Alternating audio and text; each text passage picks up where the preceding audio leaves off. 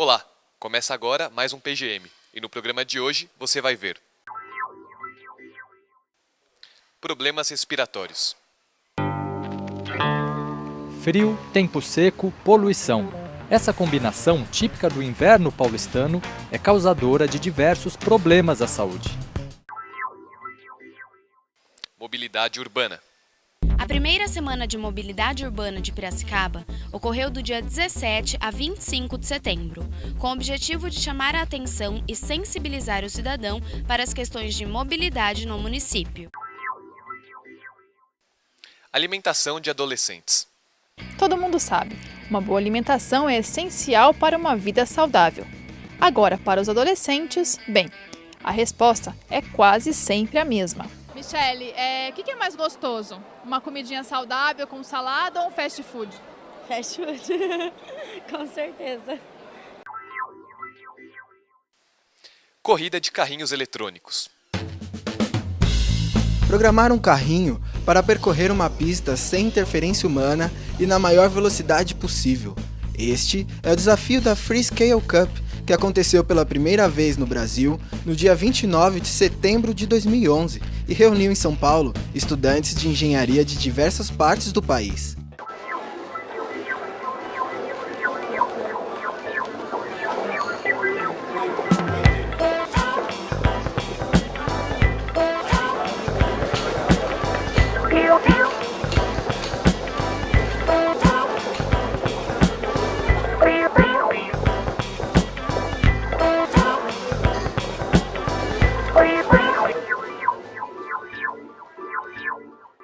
Uma pesquisadora da USP criou um modelo que permite prever o número de internações por problemas respiratórios causados pela queda de temperatura, baixa umidade do ar e a poluição. A ideia é que esse modelo seja usado na criação de políticas públicas que permitam a melhoria das condições da qualidade do ar e diminuição do impacto da poluição na saúde. Frio, tempo seco, poluição. Essa combinação típica do inverno paulistano é causadora de diversos problemas à saúde. É possível prever internações pela queda de temperatura, de umidade e pelo aumento de poluentes. Essa é a proposta do Modelo Brasileiro de Clima e Saúde, desenvolvido pela pesquisadora Micheline Coelho. Você escolhe, eu quero trabalhar com qual doença. Então você escolhe a doença que você quer modelar. Então você vai juntar todos os seus dados, a doença, tipo de doença, os dados, e aí você primeiro vai ver se essa doença, você vai ver isso estatisticamente.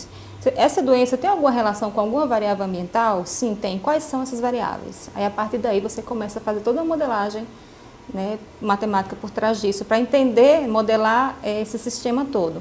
E a partir daí, sim, tem relação com temperatura, por exemplo? Tem relação com material particulado? Tem. Então você consegue fazer uma estimativa disso. A partir dos cálculos de Micheline, sabemos quais condições geram um salto de internações. São os pontos de corte. A temperatura abaixo dos 17 graus é um ponto de corte. A gente fez uma análise com dados de asma, E, assim, foi uma análise inicial, porque a gente ainda não dividiu por faixa etária. Provavelmente por faixa etária vai dar uma diferença, cada criança vai sofrer mais, adulto. Mas a gente fez uma análise, assim, rapidamente com o Banco de Asma de São Paulo, e a gente percebeu que quando há um aumento de 33% nessas internações, então está relacionado com a queda de temperatura abaixo de 17 graus, ou seja, mudou o tempo, 17 graus é um ponto de corte. Por que foi feito isso? Qual a ideia de fazer isso? É justamente para poder avisar. Eu, como meteorologista, eu sei, se eu sei se a temperatura vai cair aí abaixo de 17, eu posso dar um aviso. As estimativas de Micheline combinam dados de internações por problemas respiratórios, mais boletins de poluição, mais histórico climático. Vamos dar um exemplo. É possível prever que quando a temperatura cai abaixo de 17 graus e a quantidade do poluente ozônio sobe para 76,9 gramas por metro cúbico, 175 pessoas são internadas por dia em média. É possível prever aumento de internações de acordo com mudanças na temperatura, umidade e poluição atmosférica. Mas será que todas as pessoas estão com sua saúde igualmente expostas a estas condições? Para o professor Paulo Saldiva, os pobres são mais afetados pelas variações climáticas e pela poluição. Quem mata um leão por dia para sobreviver não faz academia, não faz check-up, não faz uma série de outras coisas. Então eles são mais frágeis. A segunda coisa acontece que eles também são mais expostos. As casas são mais permeáveis, ou seja, as casas não têm essa vedação que você tem. Você está no ônibus, você não está com um carro com ar-condicionado recebendo, então você recebe toda a dose de poluição, uma dose maior para o mesmo nível de concentração. Você mora mais longe, passa mais tempo no trânsito, dorme menos, enfim, você tem toda uma condição de desigualdade social e ambiental. Umidade, vamos dar um exemplo, umidade. Eu estou trabalhando, né, eu sou uma pessoa que estou trabalhando na rua, 3 horas da tarde, sol, baixa umidade relativa, é diferente de outra pessoa que está na sua casa, mesmo com abaixo de 30% de umidade, mas está na sua casa, não está sob sol, está no lugar confortável. Então, esses impactos provavelmente têm uma grande diferença. As políticas públicas atentas à qualidade do ar e aos impactos do clima podem melhorar a vida das pessoas e ainda dar um retorno econômico à cidade. Todas as cidades que fizeram intervenções positivas descobriram que o gasto para melhorar a sustentabilidade da cidade deu lucro, porque em geral você ganha a relação de 1 para 5 a 1 a 8. Quer dizer, para cada real investido na melhoria de qualidade do ar e clima, você ganha de 5 a 8 reais em redução de gasto em saúde. Está aí um bom negócio. Tem poucas coisas que dão tanta margem de lucro quanto isso. Enquanto as políticas públicas não são suficientes para prevenir danos relacionados ao clima e à qualidade do ar, valem as precauções individuais. Mas a pessoa que cuida do idoso, por exemplo, ele pode hidratar mais o idoso, né? Se eu sei que a umidade vai baixar muito, então eu já fico mais atento para hidratar mais o idoso, a criança. Ou se eu sei que vai cair bastante a temperatura, então a meteorologia consegue avisar isso até com 1 semana de antecedência, né? Mas daí dá para você tirar todas aquelas cobertas que estavam lá com álcool, lavar, fazer uma higienização, etc. Então você pode usar essa informação para diminuir o teu dano.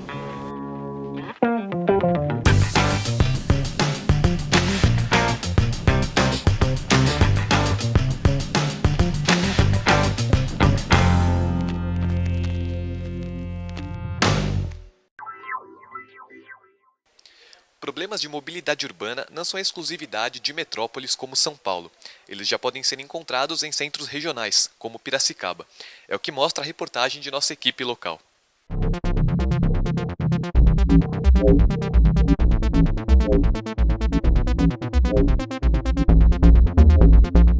A primeira semana de mobilidade urbana de Piracicaba ocorreu do dia 17 a 25 de setembro, com o objetivo de chamar a atenção e sensibilizar o cidadão para as questões de mobilidade no município. A mobilidade sustentável é um conjunto de medidas que transformam o ir e vir do cidadão que seja de uma forma mais saudável. Tudo que você estiver ajudando a saúde do cidadão, a rapidez, o conforto e, sobretudo, o meio ambiente, a gente pode chamar de mobilidade sustentável. A abertura oficial do evento falou sobre as experiências de municípios que têm realizado mudanças para facilitar o deslocamento de seus habitantes e diminuir impactos ambientais.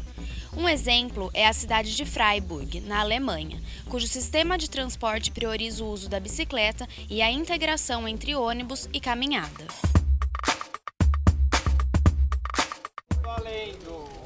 Uma corrida diferente.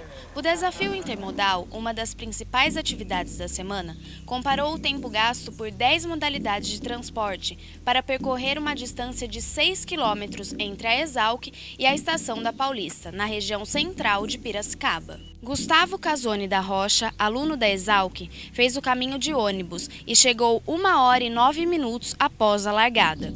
O vencedor do desafio foi um ciclista profissional, com um tempo de 12 minutos e 30 segundos. Em segundo lugar, ficou um ciclista amador que chegou 10 segundos depois. O motociclista chegou somente em 7º lugar e o carro em seguida. O que a gente vê, né, dos ônibus e que o pessoal fala é que tem vários problemas de lotação, questão de horários, né? Os trajetos não tem uma linha muito lógica, né? Não liga os lugares de uma forma eficiente. Depois de perder o segundo ônibus que deveria pegar, Gustavo fez o trecho final do percurso a pé e foi o penúltimo a encerrar o desafio. Um sinal de que o transporte público em Piracicaba precisa melhorar muito. No dia 21 de setembro, véspera do Dia Mundial Sem Carro, o prefeito, vereadores, secretários e outros gestores municipais foram convidados pela organização da semana a deixarem seus carros parados e irem ao trabalho com outro tipo de transporte. Dos 43 convidados, 11 aceitaram. Um deles foi o vereador André Bandeira. Se eu quisesse sair daqui e ir até o ponto de ônibus mais próximo, para mim, ir sozinho é um pouco complicado.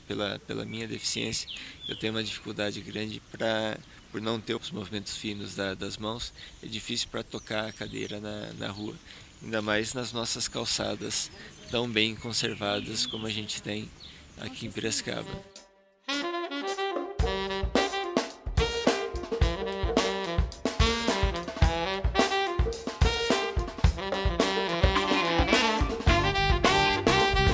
Piracicaba tem um número aproximado pelo último censo do IBGE, de 45 mil pessoas com alguma deficiência. A estimativa é que 3 a 4% dessa população com alguma deficiência dependa de uma cadeira de rodas. Para a gente ter uma frota de veículos para atender toda essa demanda, seria uma frota muito grande. Ações de educação no trânsito também fizeram parte da semana.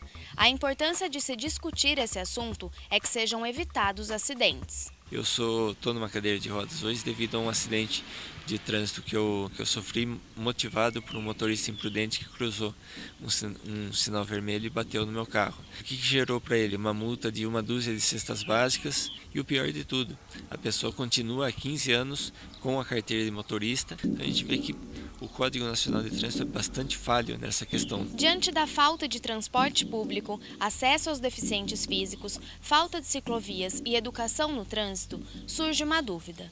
Como adaptar a cidade de Piracicaba para que a população possa se deslocar de maneira eficiente, segura e rápida? A gente sempre escuta a população, recebe as informações, é onde a gente traz.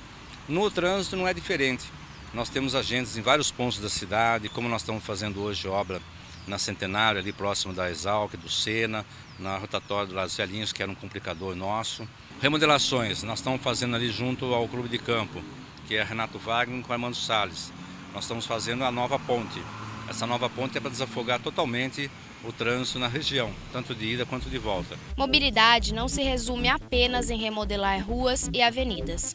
É preciso incentivar o uso de transporte público e alternativo. A cidade de Piracicaba tem muito que evoluir e é através de semanas como essa que a população fica ciente do que precisa ser modificado para a melhoria do conforto e qualidade de vida de todos.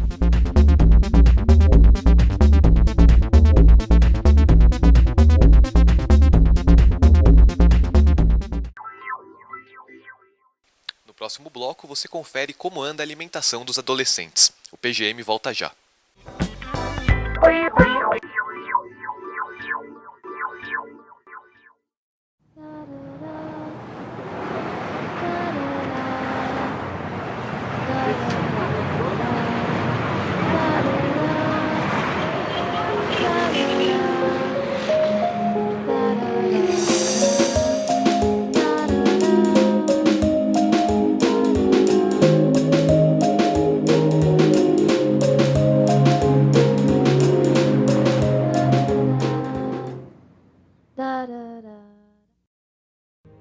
Para a menina que vivia na hemodiálise, eu deixo meu rim. Para ele que não teria mais tempo, eu deixo o meu pulmão. Para o menino que nunca viu o pai, deixo minhas córneas. Para ela passar mais dias com os netos, eu deixo meu fígado.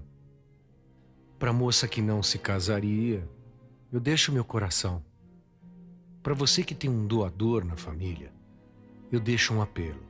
Faça a vontade dele.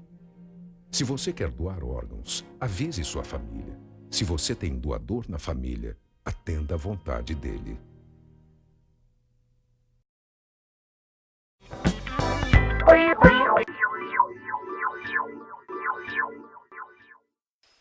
Pesquisa da Faculdade de Saúde Pública da USP aponta que os jovens consomem menos nutrientes do que o recomendado. Confira mais detalhes em nossa reportagem. Todo mundo sabe, uma boa alimentação é essencial para uma vida saudável. Agora, para os adolescentes, bem, a resposta é quase sempre a mesma. Michele, o que é mais gostoso? Uma comidinha saudável com salada ou um fast food? Fast food, com certeza. Porque eu não como muita salada não, nem verdura, nem legumes. Não sou muito chegada. A mãe diz que até tenta. Eu faço uma saladinha de vez em quando, entendeu? Faço suquinho, ponho uma verdurinha no meio da comida meio que escondidinha e às vezes funciona, mas não é sempre não. E se alimentar mal pode trazer mais prejuízos à saúde do que se imaginava, aponta a pesquisa da Faculdade de Saúde Pública da USP. Eliseu Júnior entrevistou 512 adolescentes moradores de São Paulo e constatou que a ingestão de nutrientes por jovens entre 14 e 18 anos fica bem distante do mínimo desejável. Nós fomos na casa de adolescentes residentes do município de São Paulo, perguntamos sobre a alimentação deles e posteriormente convertemos tudo que eles consumiram em valores de nutrientes e energia. E depois a gente comparou esse consumo com valores de recomendações internacionais. Os jovens avaliados apresentaram um consumo inadequado das vitaminas A, C e E, nutrientes que têm função antioxidante no organismo, e dos minerais fósforo, magnésio e cálcio, responsáveis pela manutenção da saúde óssea. Em relação às três primeiras, a vitamina A, C e E, são vitaminas que têm ação antioxidante no corpo. De uma forma geral, esses nutrientes protegem as células contra danos oxidativos e um consumo inadequado a longo prazo pode levar a um risco aumentado de desenvolver doenças cardiovasculares e até mesmo alguns tipos de câncer. A vitamina A é encontrada no brócolis, vegetais amarelos como cenoura e frutas como mamão e manga e no ovo. A vitamina C em frutas cítricas, o fósforo em carnes e leite. A vitamina E em óleos vegetais, o magnésio em vegetais verdes escuros e a vitamina B no arroz integral, banana, ovos e carne. Esse perfil ele é visto em vários lugares do mundo, os mesmos nutrientes são inadequados aqui, são em menor ou maior escala em outros países também. E ao longo da pesquisa a gente já foi tendo a ideia de como seria o resultado, quando a gente ia entrevistando os adolescentes. Muitos são os fatores que levam a essa deficiência na alimentação dos adolescentes. A disponibilidade de um maior número de casas comerciais, né, que oferecem refeições pouco nutritivas e pouco saudáveis, digamos assim. Eu diria que é uma questão da próprio estágio de vida. Os adolescentes eles têm autonomia sobre o que eles querem consumir e na maioria das vezes eles preferem consumir lanches que são mais palatáveis, por ter uma quantidade excessiva de gordura e açúcar, isso confere sabor aos alimentos. E são alimentos baratos, são alimentos práticos, você pode comprar, carregar na mochila, comer na escola, comer em casa. A falta de tempo é apontada por Laura como um dos fatores principais para a má alimentação da família. É complicado, com a correria do dia a dia, então a gente não consegue pensar muito, é uma refeição rápida, um lanchinho ali. Dificilmente a gente consegue uma comida saudável no dia a dia. Hoje você encontra o arroz que já vem preparado, o feijão que já vem preparado, né? E esses produtos alimentícios, quando eles já vêm preparados, eles já vêm com outros nutrientes indispensáveis para a sua conservação, né?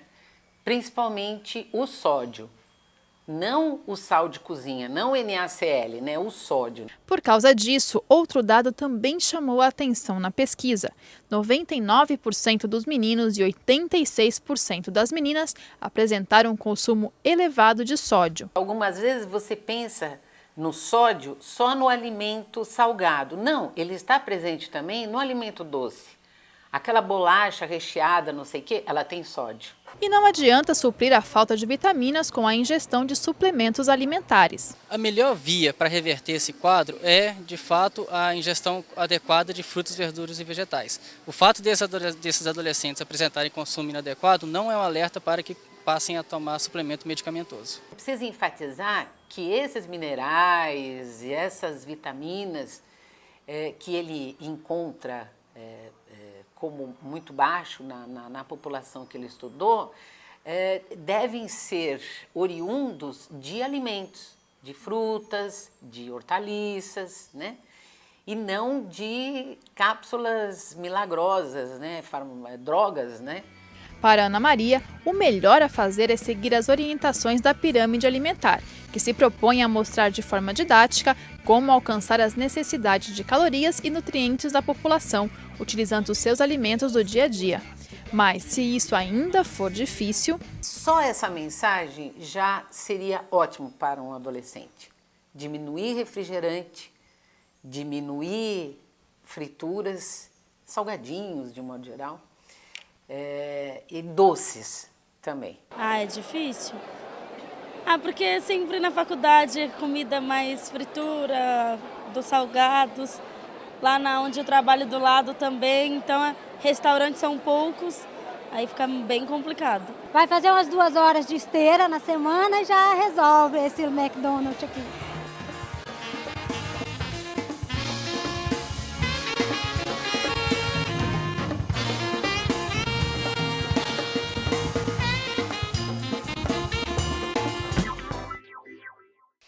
Estudantes da Escola Politécnica da USP foram convidados a participar de um campeonato nacional de carrinhos eletrônicos. A equipe do PGM esteve nesta competição e mostra o desempenho das equipes politécnicas. Programar um carrinho para percorrer uma pista sem interferência humana e na maior velocidade possível. Este é o desafio da Freescale Cup, que aconteceu pela primeira vez no Brasil no dia 29 de setembro de 2011 e reuniu em São Paulo estudantes de engenharia de diversas partes do país. Tanto o tamanho da pista, quanto a espessura da faixa, qual a inclinação máxima que você pode ter na curva, com os cruzamentos, tudo isso é definido pelas regras da competição. A Freescale fornece os kits, a placa eletrônica e o chassi, com o conjunto mecânico, então o conjunto mecânico e a placa eletrônica são padronizados. A câmera, os sensores, eles leem essa informação da posição da pista e o aluno ele tem que desenvolver o algoritmo de controle dos motores para que ele obtenha a melhor performance perante os outros competidores. E as regras são que o aluno não pode utilizar nenhum outro microcontrolador ou outro pré-processamento de sinais. Existe uma limitação do número de motores e sensores que o aluno pode utilizar no veículo, no carrinho. O Brasil não é o primeiro país no qual a Freescale promove a competição. Ela já existe na China, na Índia, Estados Unidos, México. E nós decidimos no último ano trazer essa competição aqui para o Brasil. A ideia é desenvolver e promover a tecnologia mais atualizada possível no mercado de trabalho, que os alunos vão encontrar no mercado de trabalho dentro da universidade. A gente tem uma competição interna na Poli, na elétrica, e aí a Freescale convidou a gente para participar porque a gente teve um desempenho bom nessa competição interna, então a Freescale convidou a gente. Vocês acabaram de fazer um teste, eu queria que você me dissesse como que você viu o carrinho de vocês na pista, o que você diria sobre ele na pista de teste.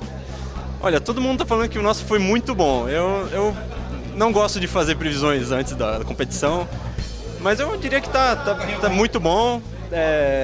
Não sei comparado com os outros, é difícil de saber sem cronometrar, mas acho que dá para competir bem. Para passar da primeira fase, basta terminar o percurso em qualquer tempo. Cada equipe tem direito a 3 tentativas. Ficar do lado de fora é pior do que ficar do lado de dentro, né? E a gente acompanhou o esforço desses alunos ao longo desse semestre. Então, quando chega na última hora alguma coisa não funciona, a gente fica preocupado, mas acabou dando certo e as 3 equipes que nós trouxemos foram qualificadas para a segunda fase. Estamos torcendo que uma delas chegue lá, né?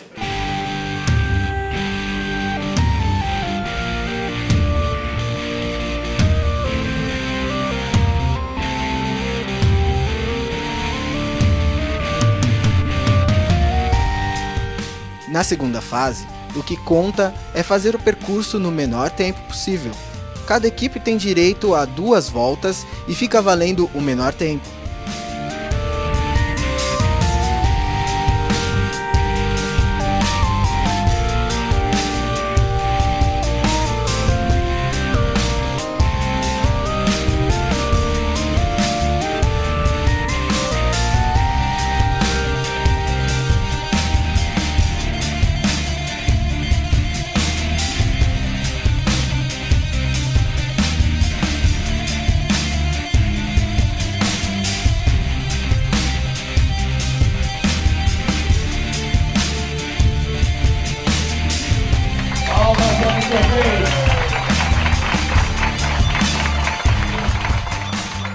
Os 3 primeiros colocados da competição brasileira ganham leitores de livros digitais e a equipe que termina em primeiro lugar se classifica para representar o Brasil na competição internacional, nos Estados Unidos. Viramos 2 noites seguidas, fazendo o controle do carrinho.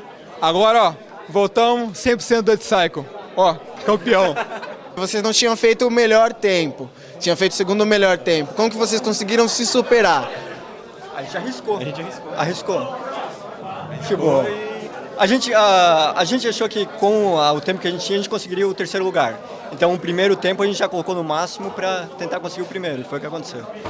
Aconteceu um acidente ali na segunda volta, né? O carro acabou destruído, mas eles são os vitoriosos. Palmas para você. É uma atividade realmente muito legal, com um valor prático, que realmente é difícil de adquirir em outros lugares. A gente tem aulas, a gente tem laboratórios, mas realmente fazer alguma coisa com aplicação prática, que tem um objetivo definido e que desempenha essa função da maneira esperada, que consiga uma velocidade boa, cumprir o que a gente projetou, realmente é uma sensação muito legal de sucesso mesmo. Sentir que deu certo, que valeu todo aquele esforço, as noites mal dormidas, tudo isso, para chegar com um bom projeto aqui na competição.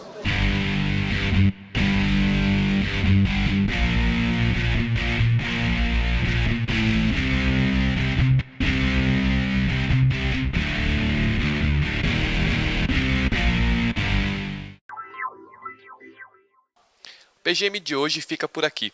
Você pode mandar críticas ou sugestões pelo nosso e-mail, pgm@usp.br. Nos vemos no próximo programa. Tchau!